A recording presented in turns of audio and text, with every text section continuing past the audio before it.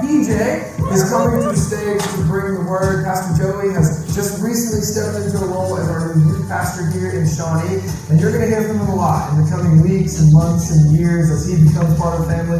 But there's only one time that's the first time, and that's today. So will you please help me make him feel welcome and make him feel like part of the family today? Welcome, Pastor Joey.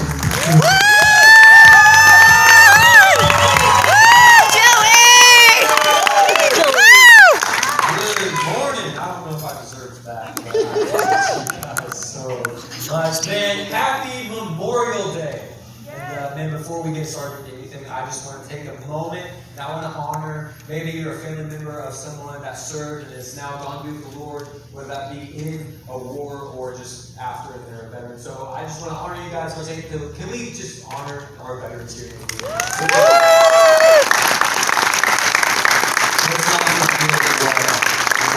Memorial Day really is. It's not about going to the lake. It's about remembering why this country's free. So thank you guys for your service. And man, if it's your first time here or you're just visiting, welcome home. Welcome to the family. My name is Joey, or as Pastor Porter said, you can call me PJ. I get to serve as the youth pastor here, and it is really my honor to serve you guys. You guys are awesome. But hey, if it is your first time, you have to come back next week now because you have to meet Pastor Corey. And those of you that come here often, and this is your church home, I just want to take a moment and I want to brag on Pastor Corey and I want to honor him. He truly is just a God-fearing man. He's a great pastor. He's a great husband. He's a great father. Just a great person to be around. Probably the nicest person I've ever met. And he's just so intentional, especially just knowing everybody's name. So can you guys give it up for your pastor, Pastor Corey? And then lastly, before we get into it, one quick announcement. It's my job as youth pastor to do this. Youth camp is coming up. So if you are not signed up, or you got an email and someone sent you a scholarship code and you need to sign your kids up, I'm not looking at anybody, but I might be looking at somebody. Sign your kids up right now. And hey, maybe you're like, I don't know if my kid's going. Sign up for youth camp. It's $235 to go. And look, I understand finances that's a lot of money. So we made a decision as a church that no kid will not go to camp because they can't afford it. So they will go to camp. Just sign up somehow. Please do it today. Spots are running out. So if you need to sign up, it was probably last week. And so sign them up now. Now's the time to do it. But hey, today we're continuing our series on the fruit of the Spirit. And so as a church, we've been trying to memorize this verse. So if you guys will help me read this verse out loud, maybe we can memorize it. Galatians 5, verse 22. Let's do it. But the fruit of the Spirit is love, joy, peace, patience, kindness, goodness, faithfulness, gentleness, self-control. Against such things there's no law. And then it goes on and continues to say, those who belong to Christ Jesus have crucified the flesh with its passions and desires. Since we live by the Spirit, let us keep in step with the Spirit. Just a reminder that the goal of this series is not 9 steps to become a better human being, 9 steps to become a better Christian. The goal of the series is for us to abide in Jesus. We are the branches, He is the vine. We cannot bear fruit unless we are connected to the vine. Apart from Him, we are nothing. But it is our job to stay connected, and it is our job to help cultivate and grow in our fruit.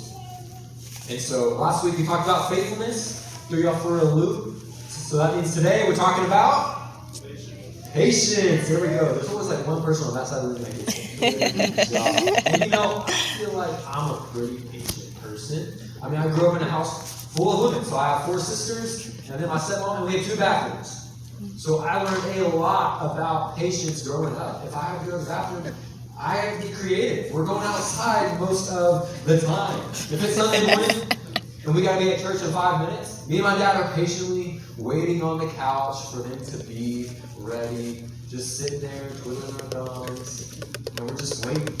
We learned a lot of patience growing up. But then I started to really examine myself and ask, how patient am I really?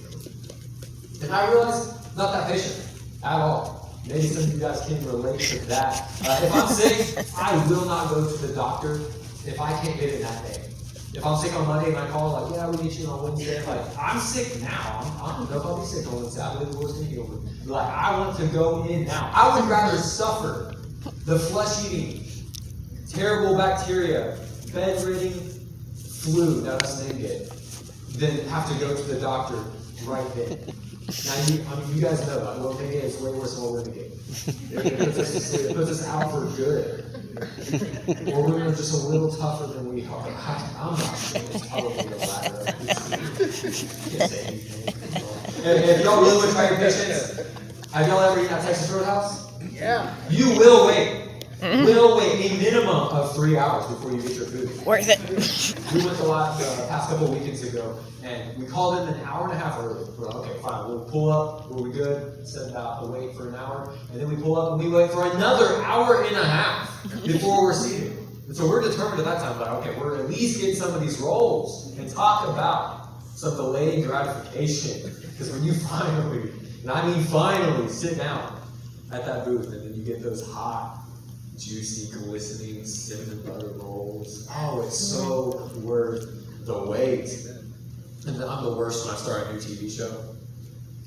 I'm convinced the producers that actually care for our health and well-being release one episode at a time per week, because then you just watch it, okay, we gotta wait till next week. But then the producers that release all 20 episodes in a season at the same time, they don't love us. They hate us. They want us to sit on that couch and just become vegetables for the rest of our lives. I can't wait. How many of y'all binge watchers in here? How many like y'all? There's everyone. Okay, wow. Come on, guys. Yeah. All right, this one's kind of funny. How long do you wait at a light when it turns green before you honk? Now, if you're anything like my mom, it's so bad. She is honking her horn. Stop the mom in the car. I thought someone's going to kill us. Goodness. But then I'm like the opposite. How many of y'all will not honk at all? Yep, I'm a no honker. I'll let it cycle through. And part of it's just a game. I'm like, I want to see how long you wait. How dumb are you really? Green and then red and then green. But then also with today's society, we never know. Somebody's got a gun, they come out there, they slash their tires, or shoot me in the chest. I don't know what's going on, so I just don't honk. But we are impatient people. A recent survey says this: 96% of Americans will knowingly consume extremely hot food or drinks that burn their mouth.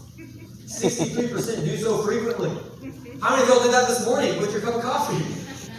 Or that burrito in my hand? It's literally burning my hand. I'm like, I'll be fine. Can't taste it or anything for the next week. 71% frequently exceed the speed limit to get to their destination faster. Even 29% are liars. We all speed. There's not a single soul in this room that does not speed. Once again, this one. She is crazy. I told her she can't have a VXC sticker because people will be like, More than half hang up the phone after being on hold for less than 1 minute. Yep, that's me. I hate being on hold. Americans will binge watch an average of 7 TV episodes in a single sitting. Y'all, if they're 30-minute episodes, now they're like 45 to an hour. That's at least 3.5 hours of you sitting on the couch watching TV.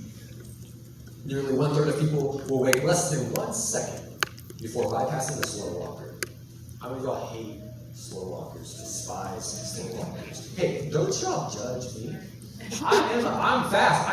I bet I can be anybody through the race, but I love slow walking. I'm just cruising, enjoying the journey that God's got me on. So don't get all mad at me because I'm patient and you're trying to sidestep me and go around and give me a dirty look. I'm totally fine with enjoying my life and just cruising. There's so much more people out there. I would encourage you to do this. Gen Wires, this one's for you. Check their phones an average of 8 times when waiting to hear back from someone they've dated. Okay. When waiting for a table at a restaurant, nearly 1/4 of people wait less than 1 minute before approaching the host again after the wait period is passed. Hey, you said 15 minutes. It's been 15 minutes and 42 milliseconds. Where's my table? I can't do that. Actually, we did that like 4 times in Texas Roadhouse. To be fair, it's an hour and a half. But we hate to wait. And unfortunately, this floods into our walk with Jesus. We don't like to wait on God. I don't like to wait on God. I read it. I believe what the Bible says, and then I want it. And I want it now. Heal me now. Bless me now. Answer me now. Send me a spouse now. Galatians 6, verse 9, it says, let us not become weary in doing good, for at the proper time we will reap a harvest if we do not give up. Now, when's the proper time? This is a great verse, but when is the proper time? We don't know, so we just keep on waiting. James 5, verse 7 says, be patient then, brothers and sisters, until the Lord's coming. See how the farmer waits for the land to yield its valuable crop, patiently waiting for the autumn and spring rains. You too, be patient and stand firm, because the Lord's coming is near. The scripture is full of waiting.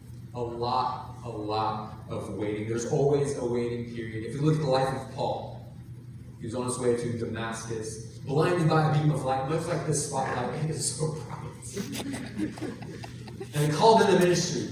And then he waits 3 years. No, God said, build an ark for the flood. And then waits 120 years before the flood. Abraham waited 25 years before his child.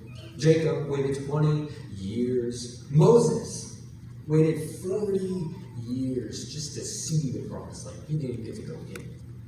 And then David, anointed king by the prophet Samuel, probably filmed himself as a kid, like, I'm about to be king, this is awesome. And then waits 12 years serving a king that tried to kill him several times. And then even the secular belief is patience is a virtue. Everybody knows it. We all believe that patience is important.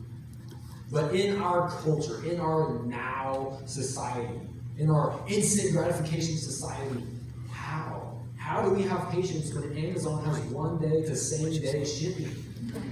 How? We can learn a lot about patience through the life of Joseph. And that begins in Genesis 37, but then it starts all the way down to chapter 50. So there is a lot to that story to unpack. But the first thing that Joseph's story teaches us about patience is, number one, stay faithful to what is in front of you. Stay faithful to what is in front of you. A lot of us, we get so focused on the next mountain to climb, the next goal to achieve, the next whatever it may be, that we forget to enjoy the journey. We forget to celebrate climbing the mountain. We forget to celebrate the goal that we achieved. We're so focused on the next moment that we have trouble enjoying the present. I've struggled with this a little bit. I remember we took the youth kids to Reunite, an event down in Norman. And on the van right there, I'm just thinking, I'm like, man, what can we do better next year? I can't wait for next year. This one's going to be so much cooler. We're going to have way more time to plan for it. I'm definitely getting a bus because this van is awful. But like, I'm so focused on next year, I'm not even living in the moment and enjoying the first event I got with these new youth kids. I'm so focused on what's next. So now we look at the story of Joseph, and I can't possibly go into detail about everything unless you guys just want to sit here and listen to me read for the next 30 minutes and probably be halfway done. So we're going to paraphrase a lot of it. I'm going to hit on some key things, but it's about a man named Jacob. Jacob had 12 sons, so Joseph and his 11 brothers. Joseph is the second youngest, but like myself, Joseph is not only named Joseph, but he's the family favorite. He doesn't get the hand-me-downs. He doesn't get the brown robe. He gets the cloak of many colors. He is the favorite. So during his life, he has 2 dreams. They both symbolize that his brothers would one day bow down before him and worship him. And you know, I'm sure his brothers, being older, were so pumped to hear that their younger brother was going to rule over them one day. And as a matter of fact, they were so pumped that they beat him nearly to death, got animal blood, wiped it onto his cloak of many colors, and told their dad that he died. But then he didn't actually die. They actually ended up selling him into slavery. So I don't know what's worse. But Joseph, being sold into slavery, he served faithfully as a slave to a man named Potiphar.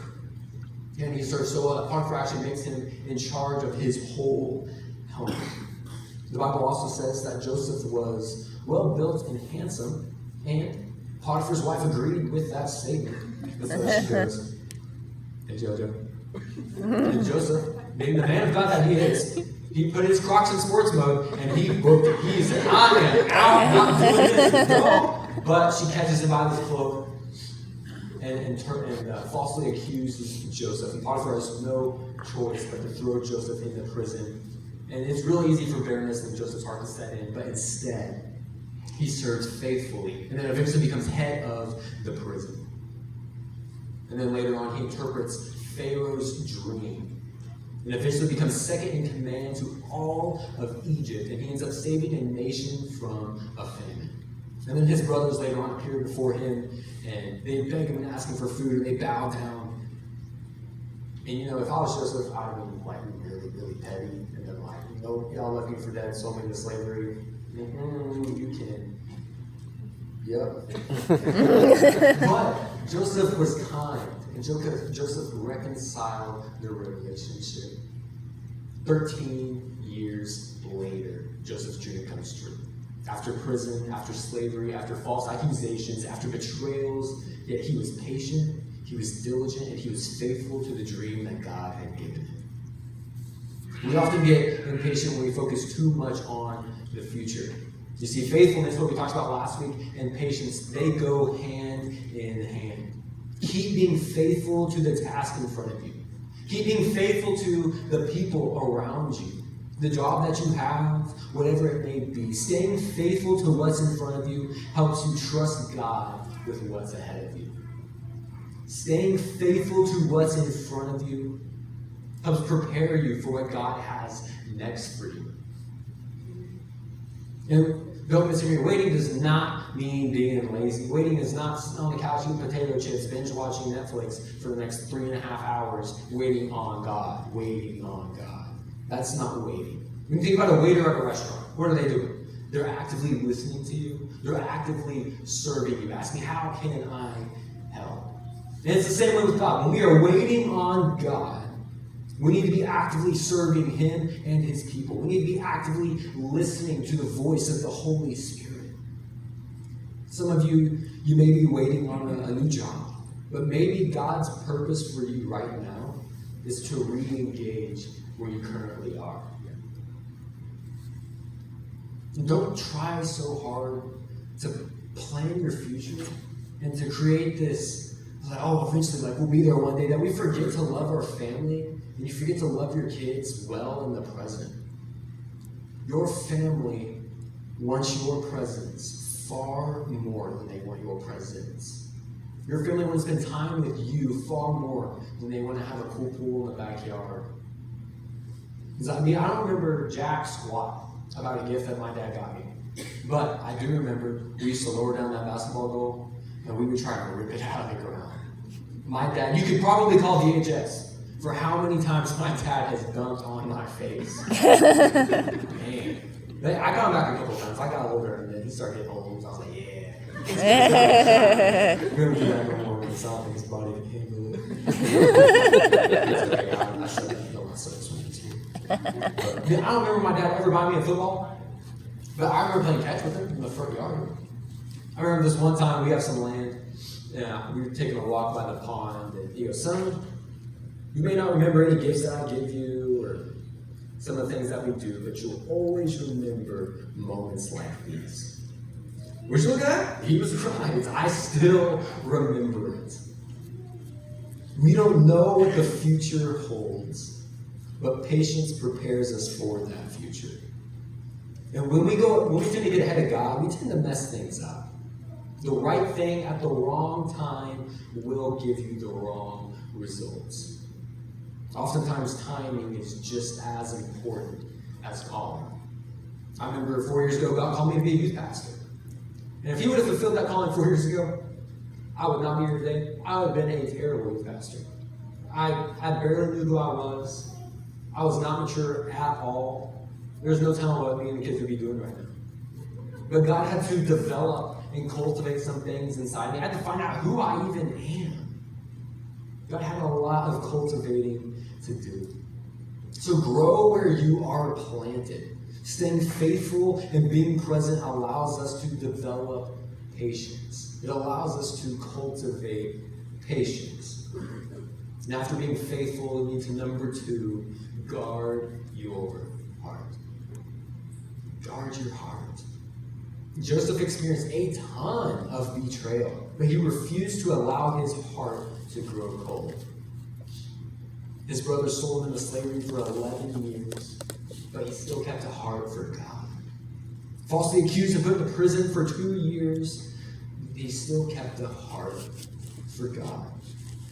In the end, he kept a proper perspective and continued to love God and serve the people around him. Genesis 50, verse 20, it says, "You intended to harm me, but God intended it for good, to accomplish what is now being done, the saving of many lives." That's good. You know, I'm most impatient whenever I'm hungry, whenever I'm angry, whenever I'm lonely, whether I'm tired, whenever I'm stressed. And how many of y'all know? Every single day encompasses at least one, if not all, of those emotions. And so we go throughout our days, and it's really easy for us to be hungry. We just snap. It's easy for someone to say something, make us angry, and we snap at someone that we love. That's an acronym they teach us in VFLC. It's called HALT. But I want to add an S to make it HALTS. Hungry, angry, lonely, tired, or stressed. That's when we're most susceptible to temptation, but that's also when we're most susceptible to losing our patience. So guard our heart in those moments. I've said some really dumb things and probably hurt a lot of people's feelings, all because I was either stressed out, I just needed to go to bed, or I just needed to go to Whataburger and get me a cheeseburger. You ever been irritated at a coworker because you're overdrawn on your bank and you're stressed out? You ever been angry with your kid or been short with your wife because work's got you going crazy? You've been short with your kids just because you're hungry, they want food, you want food, just go eat some food.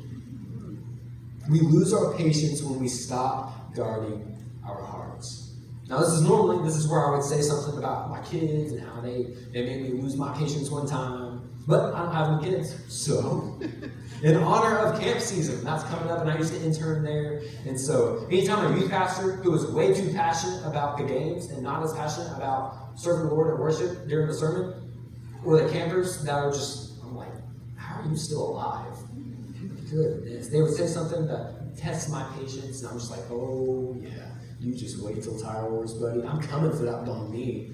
I see the brakes. I'm getting tired. Or kid, oh, you just wait till you get to the blob. I hope it's hot. I hope the sun is 102 and it scorches you. And then I hope when you get blobbed, you land flat on your face and you belly flop. It's going to be so funny for me, and it's going to be so terrible for you. That's what you get. But man, here's the thing. They don't control my emotions. How I respond to them is on me. Pastor Adam shared a quote with us in VFLC that his dad used to tell him. And he says, if someone spits on you, they make you wet, not angry. He also said he never tested that theory with his father, and I would also encourage you not to do the same. And please don't test it on me, because you'll probably make me wet and angry. But I'm a work in progress.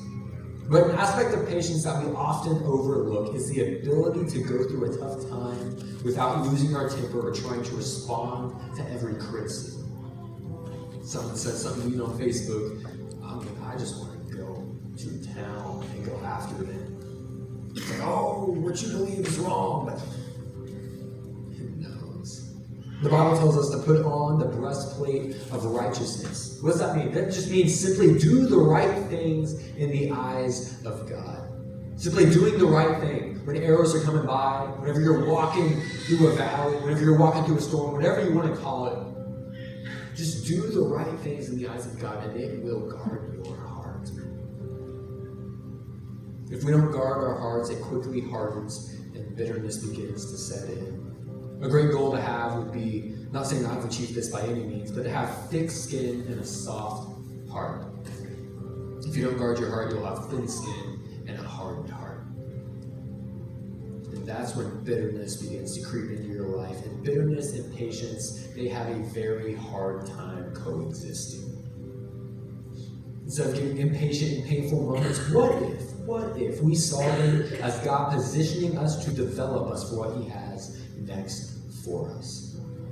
Sometimes I'll guard my heart by saying, like, maybe this situation, maybe this scenario, maybe this storm is an opportunity for me to grow and to learn and be better for the future. Maybe I'll be a better husband one day because of this. Just maybe I'll be a better father one day because of this. Just maybe I'll be a better Christian because of this. It's pain that we grow the most. James 1:2 it says, "Consider it pure joy, my brothers and sisters, whenever you face trials of many kinds, because you know that the testing of your faith produces perseverance. Let perseverance finish its work so that you may be mature and complete, not lacking in anything." How do muscles grow? Muscles grow with time under tension. At least that's what I've heard. Our patience sometimes has to be tested and proved in order to complete the purpose God has for you. Joseph's pain, his struggles, his false accusations led to a perfect position to save an entire nation from starving to death. He was faithful where he was. He guarded his heart, but he was also empathetic. To be patient, we have to. That's number 3. Be empathetic to those around you.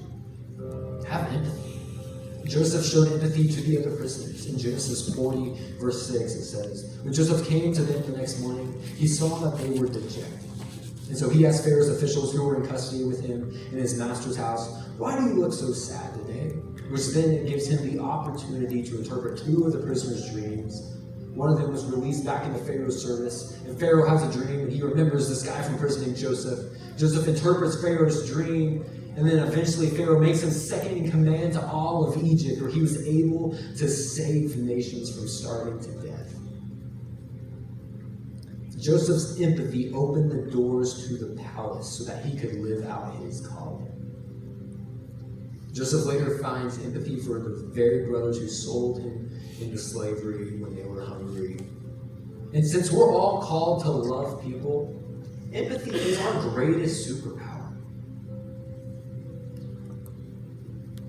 We never know what someone is going through. It's real easy to see a kid throw a tantrum out in Walmart.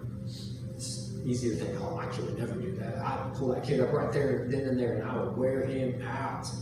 I've done that one time. That's exactly what happened. But man, you don't know what they're going through. What if that's a foster parent? What if that kid doesn't know his father? He's been in prison. What if his mom is a drug addict? That parent can't even look at that kid without DHS or someone going like, oh, look at them. It's different. Coworker is real rude to you. Man, what if they're going through a divorce? What if they just found out their husband had an affair? Someone cuts you off in the traffic. Instead of riding their rear end, giving them a bird. Man, maybe they're pregnant. Maybe they gotta get to the hospital. Maybe they're late for work. You never know what's going on. What if we live giving someone the benefit of the doubt? Something that the staff is trying to do and help to serve people better is treat people as if they're in their worst moment. If you're up there greeting in the front with me and someone pulls up and now we're just saying, like, hey, you see them? Like, yeah, man, they're going through a tough time. Can you really make sure they feel loved and served well today? I'm like, yeah, what's going on? Well, she just found out her husband's having an affair. He's been drinking. And then their oldest son, he's run away from the Lord. They don't know what he's doing. Their youngest didn't want to be here, but he finally decided to come. And then finally they get the car ready, and then you got a flat tire. Then they had to go get gas. And then something else broke down. Like, it would look so different. We would serve them so much different. And if they got up and gave us a dirty look, or just, hey, how are you doing? Fine. It looks so different when you know what's going on. What if we treated everybody like that? If they were going through hell on earth? And do your best to understand how blessed you are and how others may not have that. Now, empathy and feeling sorry for is not the same thing. We don't need to feel guilty. I don't need to feel guilty. I had a pretty good childhood growing up. I mean, family went through a couple of divorces. There for a time, we were broke. But I got a truck when I turned 16 that still runs. For most of my life, we're probably middle class, upper middle class, so I'm doing okay. I don't know what it's like to not have dinner that night. I do know what it's like to live off of mac and cheese and Spam, though. It's so much of that. understand I'm very, very, very blessed. And I do have empathy for those that come from a much more difficult situation than I have. Well, others may not have it worse than you, but it's different. Maybe you've been through the most unspeakable trauma ever, and it can't get any worse. It can't get different. I remember one of the first times I prayed for a student. I was in VFLC, and they started like crying. I was like, okay, I guess the Holy Spirit's working. This is what happens when you pray for someone. Cool. And then after I was like, hey, you all right? They just teared up. And like, I've never had someone pray for me before. And then I'm tearing up. And I'm like, oh, I got prayed for every single night. I'm so blessed that I had that. And parents, the last thing I want you to hear is like, oh, I'm a bad parent now because I don't know if I've prayed for my kid I've prayed before. Like, do not mishear me. That's not what I need to say. But here's some free parenting advice from a 23-year-old that's not married and has 0 kids.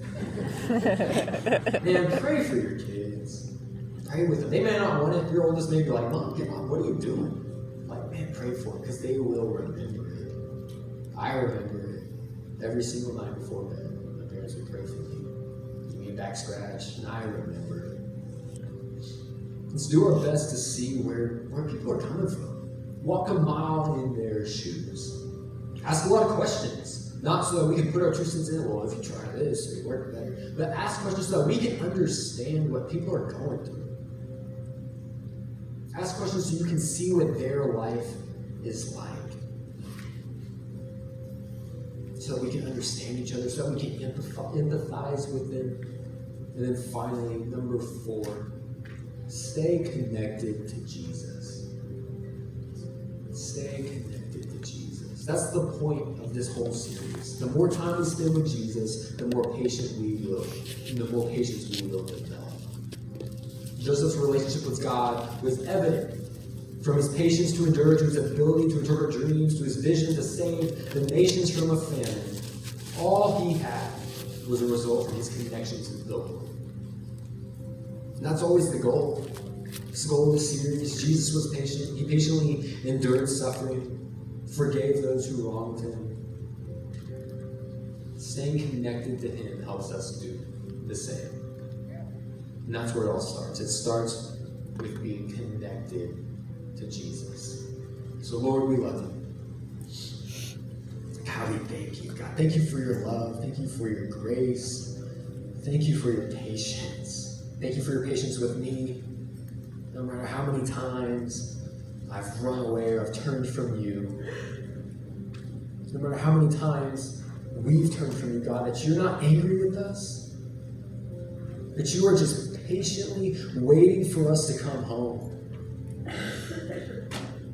So with every head bowed, every eye closed, if you're here today, and I'm just going to put it plain and simple, if you got junk in your life, if you got sin in your heart, you're not living